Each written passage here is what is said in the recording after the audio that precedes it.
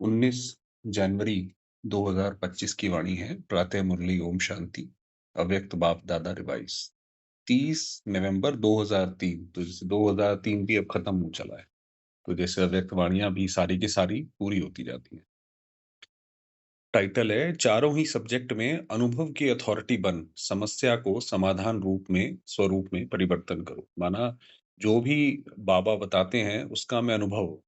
यही पूरी मुरली में बाबा ने बताया कि कैसे उसका अनुभवी बनना ज़रूरी है। जैसे कोई अभी हमें बताए कि चीनी, शुगर जो है वो मीठी होती है, तो ये तो जैसे बाबा ने बता दिया कि शुगर मीठी होती है। अब अगर हम उसको चख लें, तो फिर अगर दुनिया में कोई भी बोले कि भई बताओ मीठी होती है, कैसी होती है? तो हम उसको मीठा ही कहेंगे। तो अब समझ जाएँगे ये होता है अनुभव। उसी तरीके से बाबा के भी जो शब्द हैं, जो वाणियाँ हैं, महावाक्य हैं, जब उनको हमने अनुभव कर लिया, तो फिर समाधान स्वरूप हम समस्या का समाधान कर सकते हैं। आज ब्राह्मण संसार का रचता अपने चारों ओर के ब्राह्मण बच्चों को देख रहे हैं। ये ब्राह्मण संसार छोटा-सा संसार है, लेकिन अति श्रेष्ठ, अति प्यारा संसार है।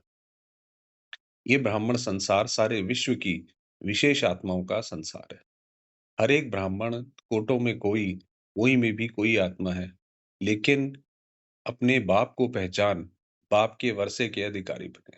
बाबा ने कहा ये जो बाबा के बच्चे हैं, जितने भी ब्राह्मण हैं, ये करोड़ों में एक आत्मा है। क्यों? क्योंकि बाबा को पहचान कर बाबा के बनना, तो ये करोड़ों में एक की पहचान है। कोई में भी कोई है। जैसे बाप ऊँचे से ऊँचा है, तो बाप को पहचान बाप का बनने वाली आत्माएँ भी विशेष आत्माएँ, वही बताया कि बाबा देखिए पूरी सृष्टि का क्रिएटर वो है और उसको जिसने पहचाना है, जो उसके बच्चे हैं, तो वो भी उसकी तरह विशेष हैं। हर ब्राह्मण आत्मा की जन्मते ही भाग्य विधाता बाप ने मस्तक पर श्रेष्ठ भाग्य की लकीर खींच ली है। यहाँ जैसे ही हमने मन से एक बार बाबा कहा, तो हमारा भाग्य तो उज्जवल हो गया। तो जैसे कोई बच्चा पैदा होता है, तो जैसे ही वो पैदा हुआ, तो प्रॉपर्टी का मालिक तो बन गया, कहते हैं भई वारिस आ गया। उसी तरीके से जैसे ही हम बाबा के बने, तो हमारा भाग्य तो उज्जवल हो गया। ऐसी श्रेष्ठ भाग्यवान आत्मा है। ऐसे भाग्यवान अपने को समझते हो? इतना बड़ा रूहानी नशा अनुभव होता है। हर एक ब्राह्मण के दिल में दिलाराम, दिल का दुलार, दिल का प्यार दे रहे हैं। हर एक बच्चे को बाबा दिल का प्यार दे रहे हैं। ये परमात्मा प्यार सारे कल्प में एक द्वारा और एक समय ही प्राप्त होता है। ये और कभी नहीं मिलेगा ये परमात्मा का प्यार। ये रूहानी नशा सदा हर कर्म में रहता है, क्योंकि आप विश्व को चैलेंज करते हो कि हम कर्मयोगी जीवन वाले विशेष आत्मा हैं। कि ऐसा नहीं है कि हमें योग लगाने के लिए अलग से बैठना पड़ता है, हम कर्म योगी हैं। सिर्फ योग लगाने वाले योगी नहीं, योगी जीवन वाले हो। जीवन सदा काल की होती है। तो हमारा जो योग चलता है वो हमेशा चलता ही रहता है। नेचुरल और निरंतर होती है। 8 घंटे 6 घंटे के योगी जीवन वाले नहीं। योग अर्थात याद तो ब्राह्मण जीवन का लक्ष्य है। ये जो हम लगातार जो हम कहते हैं याद करने की, बाबा ने कहा वो तो आपका लक्ष्य है। हाँ जी। तो जीवन का लक्ष्य स्वतः ही याद रहता है और जैसा लक्ष्य होता है वैसे लक्षण भी स्वतः ही आते हैं। भई जैसा जिसने जो लक्ष्य रखा है, उसके हिसाब से उसको लक्षण आते जाएँगे। जितना उसकी बुद्धि में क्लियर होगा कि मैंने देवता बनना है, तो वो देवता ही लक्षण आते जाएँगे। बाप दादा हर ब्राह्मण आत्मा के मस्तक में चमकता हुआ भाग्य का सितारा देखते हैं। बाप दादा हर बच्चे को श्रेष्ठ सोमानधारी, स्वराज्यधारी देखते हैं। तो आप सभी भी अपने को सोमानधारी आत्मा हूँ, स्वराज्यधारी आत्मा हूँ, ऐसे ही अनुभव करते हो? जैसे बाबा हमें देखते हैं, कि बच्चे का सोमान कितना ऊँचा है और ये उसका अपने पूरे राज्य पर स्वराज्य है ना? आत मन, बुद्धि, संस्कार पर इसका पूरा राज्य है। तो बाबा ने कहा अपने आप को भी आप वैसे ही देखते हो? सेकंड में अगर स्मृति में लाओ, मैं सोमानधारी आत्मा हूँ, तो सेकंड में सोमान की कितनी लिस्ट आती है? अब सोचो बाबा ने प्रैक्टिस कराई। कि मैं सोमानधारी आत्मा हूँ।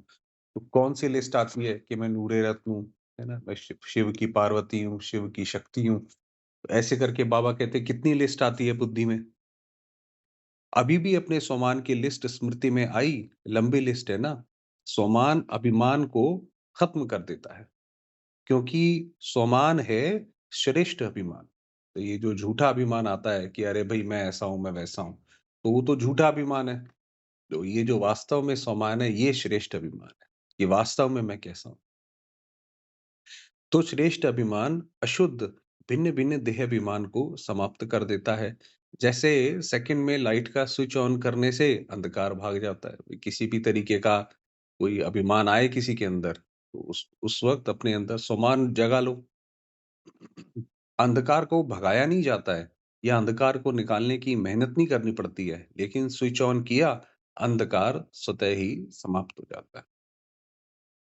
ऐसे सोमान की स्मृति का स्विच ऑन करो, तो भिन्न-भिन्न देह अभिमान समाप्त करने की मेहनत नहीं करनी पड़ेगी।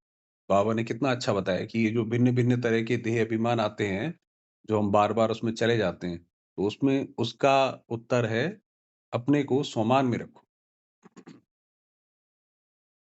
तो मेहनत तब तक करनी पड़ती है जब तक सोमान के स्मृति स्वरूप नहीं बनते। बाप-दादा बच्चों का खेल देखते हैं, सोमान को दिल में वर्णन करते हैं। मैं बाप-दादा के दिल तख्त नशीन हूँ। अब जैसे ये एक सोमान है कि मैं बाबा के दिल तख्त नशीन हूँ, दिल तख्त पर विराजमान हूँ। अब इसके अनुभव में खो जाओ। वर्णन भी कर रहे हैं, सोच भी रहे हैं, लेकिन अनुभव की सीट पर सेट नहीं होते हैं। वही बताया कि उसमें डूब जाओ, उसमें चख के देखो कि ये मिश्री, ये शुगर कितनी मीठी है। जो सोचते हैं, वह अनुभव होना ज़रूरी है, क्योंकि सबसे श्रेष्ठ अथॉरिटी अनुभव की अथॉरिटी है। जो हम सोचें, उसका अनुभव हो। अगर ऊपर-ऊपर से रहेगा, तो फिर वो गड़बड़ भी हो सकता है। मतलब समय पर काम नहीं आएगा। तो बाप-दादा देखते हैं, सुनते बहुत अच्छा है, सोचते भी बहुत अच्छा है, लेकिन सुनना और सोचना अलग चीज़ है। अनुभवी रूप बनना, यही ब्राह्मण जीवन की श्रेष्ठ अथॉरिटी है, कि हमें उस चीज़ का अनुभव हो। कि बाबा शांति का सागर है, तो हमसे कोई पूछे तो हमने उस शांति का अनुभव किया हो। ऐसे नहीं कि सिर्फ़ ऊपर-ऊपर से पता हो। यही भक्ति और ज्ञान में अंतर है। भक्ति में सुनने की मस्ती में बहुत मस्त हो जाते हैं। भई भक्ति में तो बस जो गाना बजाना है उसमें ही मस्त हो जाते हैं। सोचते भी हैं, लेकिन अनुभव नहीं कर पाते हैं। ज्ञान का अर्थ ही है ज्ञानी तू आत्मा, अर्थात हर सोमान के अनुभवी बनना। अनुभवी स्वरूप रूहानी नशा चढ़ाता है। अनुभव कभी भी जीवन में भूलता नहीं है। भई किसी ने कोई अनुभव कर लिया, बहुत अच्छा कर लिया या बहुत बुरा कर लिया, तो वो भूलता नहीं है। तो इसी तरीके से अगर हमने भी ये अनुभव कर लिया, तो फिर नहीं भूलेगा। सुना हुआ, सोचा हुआ भूल सकता है, लेकिन अनुभव की अथॉरिटी कभी कम नहीं होती है। वो तो एक बार जिसने चख लिया, तो वो हमेशा वो रहता ही है अंदर। तो बाप-दादा यही बच्चों को स्मृति दिलाते हैं। हर सुनी हुई बात जो भगवान बाप से सुनी, उसके अनुभवी मूर्त बनो। अनुभव की हुई बात हज़ार लोग भी अगर मिटाने चाहें, तो मिट नहीं सकती। अनुभव एक ऐसी चीज़ है, भई कोई हमें आकर बोले, "नहीं, नहीं भई चीनी तो खट्टी होती है।" तो हम कहेंगे, "नहीं भई, ये तो हमें पता है, ये तो हमने खुद देखा हुआ है। कोई हमें किसी से पूछने की ज़रूरत ही नहीं है कि ये कैसी होती है।" तो जैसे शरीर धारण करते ही अनुभव करते हो, मैं फलाना हूँ, तो कितना पक्का रहता है। कभी अपनी देह का नाम भूलता है? कोई आपको कहे कि नहीं, आप फलानी या फलाना नहीं हो, तो मान सकते हो। भई कोई शरीर का बोले कि नहीं भई आपका नाम तो ये है, आपको पता ही नहीं है। तो हम कहेंगे भई पता हमें नहीं है, पता तुम्हें नहीं है, हमें तो पता है। ऐसे ही हर सोमान की लिस्ट अनुभव करने से कभी सोमान खुल नहीं सकता। लेकिन बाप-दादा ने देखा कि अनुभव हर सोमान का व हर पॉइंट का अनुभवी बनने में नंबरवार है। मतलब ये जो अनुभव की बात है, मुरली तो सारे सुनते हैं, मगर जो अनुभव की बात है, उसमें सब बच्चों का नंबर है, किसी का ज़्यादा है, किसी का कम है। जब अनुभव कर लिया कि मैं हूँ ही आत्मा, आत्मा के सिवाय और हो ही क्या, देह को तो मेरा कहते हो, लेकिन मैं हूँ ही आत्मा। जब हो ही आत्मा, तो देह भान कहाँ से आया? क्यों आया? कारण 63 जन्म का अभ्यास। मैं देह हूँ, उल्टा अभ्यास पक्का है। ये हमने इतने जन्म ये अभ्यास किया, उसकी वजह से ये बन गया पक्का। यथार्थ अभ्यास अनुभव में भूल जाता है। बाप-दादा बच्चों को जब मेहनत करता देखते हैं, तो बच्चों पर प्यार आता है। जब जब हम कोई ऐसी मेहनत करते हैं, तो बाबा को प्यार आता है। परमात्म बच्चे और मेहनत कारण अनुभवी मूर्त की कमी है। अब ये मेहनत की क्या बात बताई बाबा ने कि जैसे कभी-कभार हम बाबा को याद करते हैं और याद नहीं कर पाते हैं, कोशिश ही करते रहते हैं बाबा को याद करने की। तो बाबा कह रहे हैं वो मेहनत बाबा को अच्छी नहीं लगती है। तो अपने को उस स्वमान में टिका लो कि मैं तो हूँ ही आत्मा और बाबा के दिल तख्त नशीन हूँ। ये एक स्वमान है, ऐसे ढेर सारे हैं। जब देह भान का अनुभव कुछ भी हो जाए, कोई भी कर्म करते देह भान भूलता नहीं है, तो ब्राह्मण जीवन अर्थात कर्म योगी जीवन का अनुभव कैसे भूल सकता है? जैसे शरीर का नहीं भूलता, तो ये भी नहीं भूलना चाहिए। तो चेक करो, हर सब्जेक्ट को अनुभव में लाया है? ज्ञान सुनना, सुनाना तो सहज है, लेकिन ज्ञान स्वरूप बनना है। तो क्योंकि पहला सब्जेक्ट है ज्ञान, योग, धारणा, सेवा, तो पहले ज्ञान की बात कर रहे हैं। ज्ञान को स्वरूप में लाया, तो स्वतः ही हर कर्म नॉलेजफुल अर्थात नॉलेज की लाइट माइट वाला होगा। तो कोई भी कर्म करेंगे, तो उसमें नॉलेज जो है, ज्ञान समाया हुआ होगा, भई करना चाहिए, नहीं करना चाहिए। नॉलेज को ही कहा जाता है लाइट और माइट। ऐसे नहीं, ऐसे ही योगी स्वरूप, योग युक्त, युक्ति युक्त स्वरूप, धारणा स्वरूप अर्थात हर कर्म, हर कर्मेंद्रियाँ, हर गुण के धारणा स्वरूप हो। तो वही बताया, फिर योग का बताया, फिर धारणा का बताया। सेवा के अनुभवी मूर्त, सेवाधारी का अर्थ ही है निरंतर स्वतः ही सेवाधारी। चाहे मनसा, चाहे वाचा, चाहे कर्मणा, चाहे संबंध संपर्क, हर कर्म में सेवा नेचुरल होती रहे। ये चारों ही चीजें इसे नेचुरल चले। सेवा है तो ऐसा नहीं है कि सेवा के लिए कोई हमने अलग से समय निकाला है या कुछ है। जो भी कर रहे हैं, चाहे घर का काम है, चाहे ऑफिस का काम है, जो भी है, वो सब सेवा ही है। मनसा वाचा कर्मणा संबंध। तो सभी चेक करो कहाँ तक अनुभवी बने हैं। हर गुण का अनुभवी, हर शक्ति का अनुभवी। भई हर गुण का अनुभवी मतलब कोई हमसे पूछे कि भई सहन शक्ति कैसे धारण करते हैं? बताओ हम कैसे धारण करें? तो वो हम अनुभव से कह सकें। ऊपर-ऊपर से ज्ञान की बात नहीं। ऐसे ही हर शक्ति का अनुभवी, भई सामना करने की शक्ति है। भई हमारे सामने कुछ हुआ, तो कोई हमसे पूछे कि कैसे सामना करा जाता है? क्या उस वक़्त हम बुद्धि में चलाएँ? तो हम उसका उत्तर दे सकें। वैसे भी कहावत है, अनुभव समय पर बहुत काम में आता है। वैसे तो ये बात सही है। तो अनुभवी मूर्त का अनुभव कैसी भी समस्या हो, अनुभवी मूर्त अनुभव की अथॉरिटी से समस्या को सेकंड में समाधान स्वरूप में परिवर्तन कर लेता है। ये तो खास बात होती है, भाई किसी को एक्सपीरियंस्ड हो, इसीलिए जो बूढ़े लोग होते हैं वो जानते हैं कि भाई इस चीज से बाहर कैसे निकला जाता है, तो उनका अनुभव काम आता है। समस्या समस्या नहीं रहेगी, समाधान स्वरूप बन जाएगी। समझा? तो फिर कोई ऐसी समस्या आएगी और हमें अगर चारों चीज़ों का अनुभव होगा, तो निकल जाएँगे हम उससे। अभी समय की समीपता, क्योंकि अब समय समीप आता जाता है, विनाश का भी, सतयुग का भी। बाप समान बनने की समीपता, समाधान स्वरूप का अनुभव कराए। ये दोनों जो समीपताएँ हैं, इससे ना सिर्फ हमारी समस्याओं का समाधान हो, बल्कि दूसरों को भी समस्याओं का समाधान हो। बहुत समय समस्या का आना, समाधान करना, ये मेहनत की। अब बाप-दादा हर एक बच्चे को सोमानधारी, स्वराज्याधिकारी, समाधान स्वरूप में देखने चाहते हैं। अनुभवी मूर्त सेकंड में परिवर्तन कर सकता है। जो अनुभवी होगा, वो परिवर्तन कर लेगा, समस्या को समाधान में परिवर्तन कर लेगा। तो ये वाली चीज़ आई है, इसको ऐसे करो, ये ठीक हो जाएगी।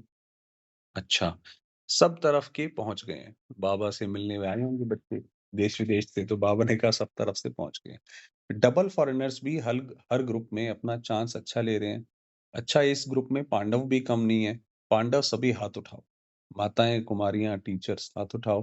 पहले ग्रुप में माताएँ ज़्यादा थीं, लेकिन इस ग्रुप में पांडवों ने भी रेस अच्छी की है। इसमें पांडव भी ज़्यादा होंगे, भाई भी अच्छे होंगे। पांडवों का नशा और निश्चय अभी तक गायन में भी गाया हुआ है। ये जो भागवत हैं, इन सब में गाया हुआ है पांडवों का नशा। क्या है? क्या गाया हुआ है जानते हो? 5 पांडव, कि पांडव सिर्फ अक्षौणी सेना थी, सब कुछ थी, सेना भी कम थी, मगर भगवान के साथ थे और थे सिर्फ 5। लेकिन नशा और निश्चय के आधार से विजयी बने। किस हिसाब से विजयी बने? कि एक तो नशा था, जो ऊपर बाबा ने सोमान का नशा बताया, कि भगवान के सदा साथ हैं। और कि ये विजय तो होनी ही है, जो भी काम आप करोगे उसके अंदर आपको विजय प्राप्त होगी। तो ये गायन अभी तक है, तो ऐसे पांडव हो। अच्छा, नशा है, तो पांडव जब भी सुनते होंगे आप पांडव हो, तो पांडवों को पांडव पति तो नहीं भूलता है ना। तो जब भी हमें निश्चय नशा हो तो बाबा के साथ हो। ये नहीं कि मैं अकेला जाके कराऊँ, ऐसे नहीं कि भई बाबा साथ है इसलिए है। तो बाबा ने कहा भूलता तो नहीं है? कभी-कभी भूलता है, पांडव और पांडवपति, पांडवों को कभी भी पांडवपति भूल नहीं सकता। अब ये एक दूसरे सोमान की बात है कि महाभारत के युद्ध में अर्जुन के साथ तो श्री कृष्ण थे ही थे, तो हमेशा ही थे, जब तक वो युद्ध चला। तो उसी तरीके से जब तक ये संगम युग है, तो हम पांडव हैं, पांडवपति बाबा हैं, तो वो हमारे साथ हैं। पांडवों को ये नशा होना चाहिए, हम कल्प-कल्प के पांडव, पांडवपति के प्यारे हैं। ये बाबा ने एक और सम्मान दिया कि हम उसके प्यारे हैं। यादगार में पांडवों का भी नाम कम नहीं है, पांडवों का टाइटल ही है, विजयी पांडव। कि भई जब भी वो दिखाते हैं, तो उसमें बताते हैं कि पांडव तो विजयी थे ही थे। महाभारत शुरू होने से पहले ही उसमें कहा जाता है कि भई विजय तो उन्हीं की होगी। तो ऐसे पांडव हैं, बस हम विजयी पांडव हैं, सिर्फ पांडव नहीं, विजयी पांडव। विजय का तिलक अविनाशी मस्तक पर लगा हुआ है। माताओं को क्या नशा रहता है? बाबा ने पांडवों को बताया क्योंकि पांडव इस बार आए थे, तो माताओं को क्या बताया? बहुत नशा रहता है। माताएँ नशे में कहती हैं कि बाबा आया ही है हमारे लिए। तो माताओं को ये रहता है कि भई बाबा जो आए हैं, वो हमारे लिए ही आए हैं। ऐसे हैं ना, क्योंकि आधा कल्प में माताओं को मर्तबा नहीं मिला है, क्योंकि आपको पता है कि पुरुष प्रधान समाज रहा है बड़ा समय, तो इसलिए माताओं को मर्तबा नहीं मिला है। अभी संगम पर राजनीति में भी माताओं को अधिकार मिला है और जब से बाबा आए हैं, तब से आप देखो पिछले 50-60 साल से जो माताओं को बहुत वो मिला है, वो हर फील्ड में आगे हैं, सेना में भी हैं। तो हर डिपार्टमेंट में आप शक्तियों को बाप ने आगे रखा ना, तो संसार में भी हर वर्ग में अब माताओं को अधिकार मिलता है। कोई भी ऐसा वर्ग नहीं है जिसमें माताएँ नहीं हों। ये संगम युग का मर्तबा है। तो माताओं को रहता है हमारा बाबा। इसीलिए माताएँ कहती हैं, "भई बाबा हमारे लिए आया है," क्योंकि हमें ही सबसे आगे रखा है। रहता है मेरा बाबा, नशा है माताएँ हाथ हिला रही हैं। अच्छा है, भगवान को अपना बना लिया तो जादूगरनी तो माताएँ हुई ना। भई भगवान को जब आपने अपने वो कहते हैं भई श्री कृष्ण को वो बाँध देती थी उसकी माँ, तो ऐसा थोड़ी कि श्री कृष्ण छूट नहीं सकते थे, छूट सकते थे। मगर उसी तरीके से बाबा को भी माताओं ने बाँध लिया। बाबाओं का मेरा बाबा, तो बाबा बंध गए। अच्छा। तो जादूगर नहीं हो गई। बाप-दादा देखता है माताएँ चाहे पांडव, बाप-दादा के सर्व संबंधों से प्यार तो सर्व संबंधों से है, लेकिन किसको कौन-सा और विशेष संबंध प्यारा है, वह भी देखते हैं। भई हर एक का अपना-अपना होता है। भई किसी को बाबा के साथ गुरु का संबंध अच्छा लगेगा। कि जो बाबा ने कहा बिल्कुल उसी हिसाब से चलो। ये गुरु का वो है, सम्मान है। किसी को अच्छा लगेगा खुदा दोस्त, किसी को कुछ अच्छा लगेगा। तो बाबा ने कहा कि हर एक को अलग-अलग संबंध अच्छा लगता है। कई बच्चों को खुदा को दोस्त बनाना बहुत अच्छा लगता है, इसलिए खुदा दोस्त की भी कहानी है। बाप-दादा यही कहते हैं, जिस समय जिस संबंध की आवश्यकता हो, वही आपको क्योंकि हर समय अलग-अलग संबंधों की ज़रूरत पड़ती है, तो उसको याद करो। तो भगवान को उस संबंध में अपना बना सकते हो, सर्व संबंध निभा सकते हो।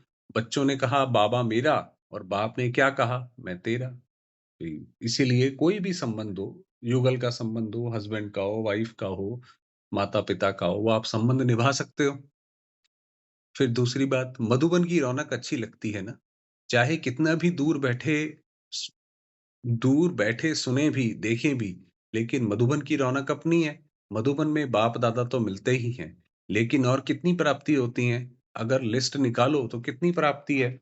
सबसे बड़े ते बड़ी प्राप्ति सहज योग, स्वतः योग रहता है। या मधुबन में हो, तो वहाँ तो सब कुछ बाबा के बच्चे दिखाई पड़ेंगे, बाबा के स्लोगन रहेगा, मुरली रहेगा, तो वही दिखाई पड़ता है। मेहनत नहीं करनी पड़ती है। अगर कोई मधुबन के वायुमंडल का महत्व रखे, तो मधुबन का वायुमंडल, मधुबन की दिनचर्या सहज योगी, स्वतः योगी बनाने वाली है। क्यों? मधुबन में बुद्धि में सिर्फ़ एक ही काम है। सेवाधारी ग्रुप आता है, वह अलग बात है। है ना? जैसे जो सेवा करने के लिए जाते हैं, उनकी अलग बात है।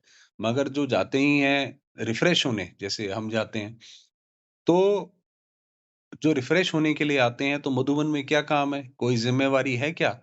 खाओ-पियो, मौज करो, पढ़ाई करो, तो मधुबन, मधुबन ही है। विदेश में भी सुन रहे हैं, लेकिन वह सुनना और मधुबन में आना इसमें रात-दिन का फ़र्क है। बाप-दादा साधनों द्वारा सुनने देखने वालों को भी याद प्यार तो देते हैं, जैसे कल भी बाबा आए थे। कई बच्चे तो रात जागकर भी सुनते हैं। ना से अच्छा ज़रूर है। भई जो क्या कहते हैं, बाबा को कहीं पे भी बैठ के सुनते हैं, तो बाबा ने कहा ये अच्छी बात है ये। लेकिन अच्छे से अच्छा मधुबन प्यारा है। मधुबन में आना अच्छा लगा है, या वहाँ बैठकर मुरली सुन लो, क्या अच्छा लगता है? वहाँ भी मुरली सुनेंगे ना, यहाँ भी तो पीछे-पीछे टीवी में देखते हैं, तो बाबा कह रहे हैं भई ऐसे ही सोचते हैं कि भई घर पे टीवी में देख लो, मधुबन में भी तो टीवी में देखना है ना पीछे।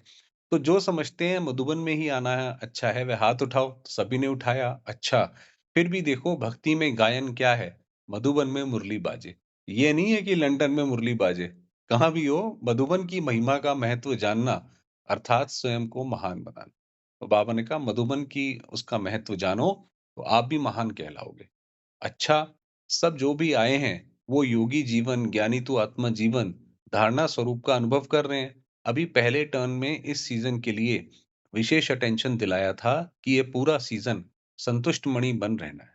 कि बाबा ने ये जो जब स्टार्ट हुआ था, अब देखो बाबा को हर चीज़ याद रहती है कि ये सीज़न जो स्टार्ट हुआ था, उसमें बताया था, संतुष्ट मणि बन रहना है और संतुष्ट करना है। सिर्फ़ बनना है नहीं, करना भी है। खुद भी संतुष्ट रहना है, भई जो हो रहा है, जैसा हो रहा है, बहुत अच्छी बात है ना? अपनी बात रखो और खुश रहो, जो होता है, और दूसरे को भी संतुष्ट करो। साथ में अभी समय अनुसार कुछ भी, कभी भी हो सकता है। प्रश्न नहीं पूछो कब होगा, 1 साल में होगा, 6 मास में होगा। ये बाबा ने पहले बोला था कि भई तैयार रहो, कभी भी कुछ भी हो सकता है।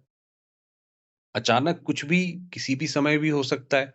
इसलिए अपने स्मृति का स्विच बहुत पावरफुल बनाओ। इसलिए जो अपना सोमान का जो ऊपर बाबा ने बताया इतनी बातें, कि मैं आत्मा बाबा के दिल तख्त नशीन हूँ, पांडव हूँ, माताएँ हैं। बाबा ने कहा उसको पावरफुल बनाओ, कभी भी भूले नहीं वो। सेकंड में स्विच ऑन और अनुभव स्वरूप बन जाओ। स्विच ढीला होता है ना, तो घड़ी-घड़ी ऑन ऑफ करना पड़ता है और समय लगता है ठीक होने में, लेकिन सेकंड में स्विच ऑन सोमान का, स्वराज्य अधिकारी का अंतर्मुखी होकर अनुभव करते जाओ। अनुभवों के सागर में समा जाओ। तो बाबा ने जो बताई हैं बातें उसमें समा जाओ। अनुभव की अथॉरिटी को कोई भी अथॉरिटी जीत नहीं सकती। समझा क्या करना है? बाप-दादा इशारा तो देता है, लेकिन इंतज़ार नहीं करो।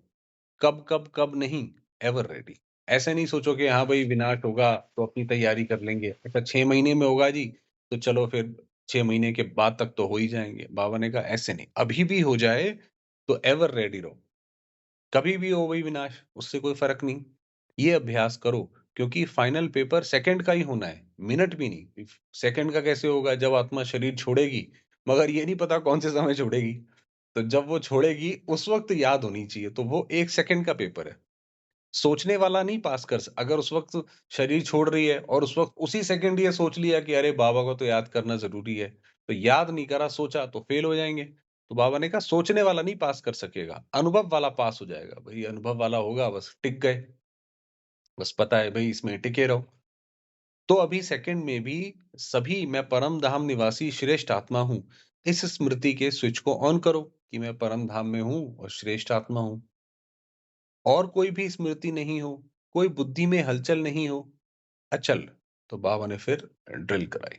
अच्छा, चारों ओर के श्रेष्ठ सोमानधारी अनुभवी आत्माओं को, सदा हर सब्जेक्ट को अनुभव में लाने वाले, सदा योगी जीवन में चलने वाले निरंतर योगी आत्माओं को, सदा अपने विशेष भाग्य को हर कर्म में इमर्ज रूप में रखने वाले कोटों में भी में भी कोई विशेष आत्माओं को बाप दादा का याद प्यार और नमस्ते। हम रूहानी बच्चों की रूहानी बाबा को याद प्यार, गुड मॉर्निंग और नमस्ते। दादी जी से सभी को उमंग उत्साह में लाने का अच्छा कार्य कर रही हो। तो अभी दादी जी ने बोला होगा, अभी तो करोड़ों को संदेश देने का प्लान चल रहा है। करोड़ क्या, सारे विश्व की आत्माओं को संदेश मिलना है। अहो प्रभु तो कहेंगे ना, अहो प्रभु कहेंगे मतलब जब अंत में जब बाबा का मिलेगा, तो सारे ये बोलेंगे कि अरे अहो प्रभु तेरी लीला अपरंपार कि तुम आए और हमें पता भी ना पड़ा। तो अहो प्रभु कहने के लिए भी तो तैयार करना है ना, दादियों से। ये भी सहयोग दे रही हैं, कोई दादी होंगी उनके लिए बोल रहे हैं, अच्छा है। मधुबन को सँभाल रहे हैं, अच्छा सहयोगी ग्रुप मिला है ना। एक-एक की विशेषता है, फिर भी आदि रत्नों का प्रभाव पड़ता है, चाहे कितनी भी आयु हो जाए। बाबा ने कहा है जो आदि रत्न हैं, पुरानी दादियाँ हैं, भाई भाई लोग हैं, उनका फ़र्क पड़ता है। नए-नए भी आगे बढ़ रहे हैं, लेकिन फिर भी आदि रत्नों की पालना अपनी है, इसलिए ग्रुप अच्छा है। तो आदि रत्न होते हैं, खैर उनका तो वाक़ई में फ़र्क अलग होता है, उनकी प्रेज़ेंस अलग होती है। वरदान दिया, विघ्न प्रूफ चमकीली फरिश्ता ड्रेस धारण करने वाले सदा विघ्न विनाशक भव। स्व के प्रति और सर्व के प्रति सदा विघ्न विनाशक बनने के लिए क्वेश्चन मार्क को विदाई देना। भई क्वेश्चन मार्क माना ये क्या हो गया? ये क्यों हो गया? ये तो बड़ा गलत हुआ। तो ये क्वेश्चन मार्क है। उसमें नहीं भई, जो हुआ बहुत अच्छा हुआ। उस पे प्रश्न नहीं करो। और फुल स्टॉप द्वारा सर्व शक्तियों का फुल स्टॉक करना, वही वही जो बताया भई, फुल स्टॉप। जो हुआ बहुत अच्छा हुआ। उस पे विचार नहीं चलाओ, अरे ये हो गया, हम क्या करेंगे, बाद में क्या करेंगे, ऐसे क्या करेंगे? नहीं। सदा विघ्न प्रूफ चमकीली फरिश्ता ड्रेस पहनकर रखना, मिट्टी के ड्रेस नहीं पहनना। हमेशा अपने को देखो कि मैंने फरिश्ता ड्रेस पहनी हुई है, शरीर मेरा लाइट का है। साथ-साथ सर्व गुणों के गहनों से सजे रहना। जैसे माताओं-बहनों को आपको पता है उनको गहनों की आदत होती है, तो बाबा ने कहा सर्व गुणों से सजे रहो। सदा अष्ट शक्ति शस्त्रधारी संपन्न मूर्ति बनकर रहना और कमल पुष्प के आसन पर अपने श्रेष्ठ जीवन के पांव रखना। कमल रूप जीवन, जैसे हमारा कीचड़ से हम दूर है, तो वो हमारा कमल पुष्प रूपी जीवन है। तो बाबा ने कहा उस पर रहो। स्लोगन दिया, अभ्यास पर पूरा-पूरा अटेंशन दो। कल की मुरली भी पूरी अभ्यास पर थी। तो फर्स्ट डिवीजन में नंबर आ जाएगा कि भई मैं आत्मा अशरीरी हूँ, तो उस पे ध्यान दो। अपनी शक्तिशाली मनसा द्वारा सकाश देने की सेवा करो। जैसे वाचा सेवा नेचुरल हो गई, भई कोई भी आता है हम उसको सुना देते हैं। ऐसे मनसा सेवा भी साथ-साथ और नेचुरल हो। वाणी के साथ मनसा सेवा भी करते रहो, तो आपको बोलना कम पड़ेगा। तो आप जब उसको मनसा स्ट्रॉन्ग वाइब्रेशंस दोगे, सामने वाली आत्मा को, तो आपको बोलना ज़्यादा नहीं पड़ेगा। बोलने में जो एनर्जी लगाते हो, वह मनसा सेवा के सहयोग कारण वाणी की एनर्जी जमा होगी और मनसा की शक्तिशाली सेवा सफलता ज़्यादा अनुभव कराएगी। बाबा ने कहा इसीलिए मनसा स्ट्रॉन्ग होना ज़रूरी है। सूचना, आज अंतर्राष्ट्रीय योग दिवस तीसरा रविवार है। सायं 6:30 से 7:30 बजे तक सभी भाई-बहनें संगठित रूप में एक ही शुद्ध संकल्प से प्रकृति सहित सर्व विषात्माओं को शांति और शक्ति की सकाश देने की विशेष सेवा करें। शाम को ज़रूर करेंगे। अनुभव करें कि बाप-दादा के मस्तक से शक्तिशाली किरणें निकलकर मेरी भ्रुकुटी पर आ रही हैं। तो बाबा ने कहा ये प्रैक्टिस करो और मुझसे सारे ग्लोब पर जा रही हैं। ये शाम को जब योग लगाएँगे तो प्रैक्टिस करेंगे। ओम शांति।